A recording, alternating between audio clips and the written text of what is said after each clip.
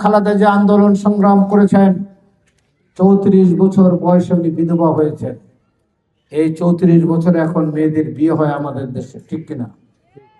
এই 34 বছর উনি বিধবা হয়েছেন সেদিন থেকে আমি ওনার সাথে ছিলাম। আমার দেখা, আমি পৃথিবীর বহু দেশ ঘুরেছি। পৃথিবীতে বেগম খালেদা জিয়ার চাইতে সুন্দরী মহিলা পৃথিবীর কেউ ছিল না। তারপরে উনি এই মহিলা ওনার নিজেকে নিজেকে শালীনতার মধ্যে রেখে এদেশের মানুষের অধিকার আন্দোলনের জন্য আন্দোলন সংগ্রাম, গণতন্ত্রের জন্য, অর্থনৈতিক মুক্তির জন্য, নারী মুক্তির জন্য উনি আন্দোলন সংগ্রাম করেছেন। ওনাকে জেলে নিয়েছেন। একটি ছেলে বিনা চিকিৎসা বিদেশে মারা গেছেন, উনি আপোষ করেননি। আরেকটি ছেলে 17 বছর লন্ডনে নির্বাসনে ছিলেন, তারপর উনি আপোষ করেননি।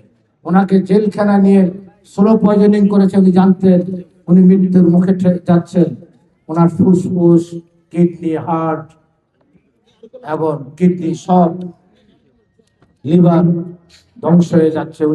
তারপর উনি আপোষ করেন নাই। উনি দেশের মানুষের সাথে ছিলেন, ভালোবাসায় ছিলেন, দেশের স্বাধীনতা, সার্বভৌমত্ব, গণতন্ত্র, অর্থনৈতিক মুক্তির জন্য ছিলেন। তারপর আমরা কি দেখলাম?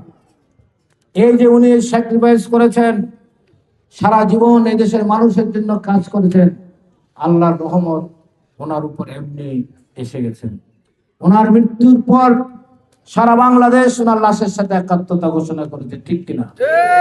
এত বড় জানাজা নিয়ে এত সৌভাগ্য, যার ওনার স্বামীর কবর এখান থেকে উঠিয়ে ফেলতে চেয়েছেন, সেই স্বামীর সাথে 45 বছর পর সেই স্বামীর সমাধির কবরের পাশে ওনার সমাধি হয়েছে। পৃথিবীতে এর চাইতে সৌভাগ্যবান মহিলা হতে পারে? হাজার হাজার লক্ষ লক্ষ মানুষ প্রতিদিন সেখানে ফুল দিচ্ছেন, মোনাজাত করছেন, ওনার জন্য দোয়া করছেন। এটা হলো ওনার এই অবস্থান। আর ওনার বড় ছেলে 17 বছর নির্বাসনে থেকে এসে বাংলাদেশের 17 মিনিট একটি বক্তব্য দিয়েছেন।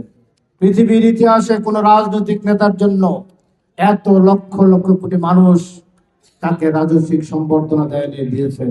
উনি সেখানে 17 মিনিটের একটি বক্তব্য রেখেছেন। 12 বার ইনশাল্লাহ বলেছেন।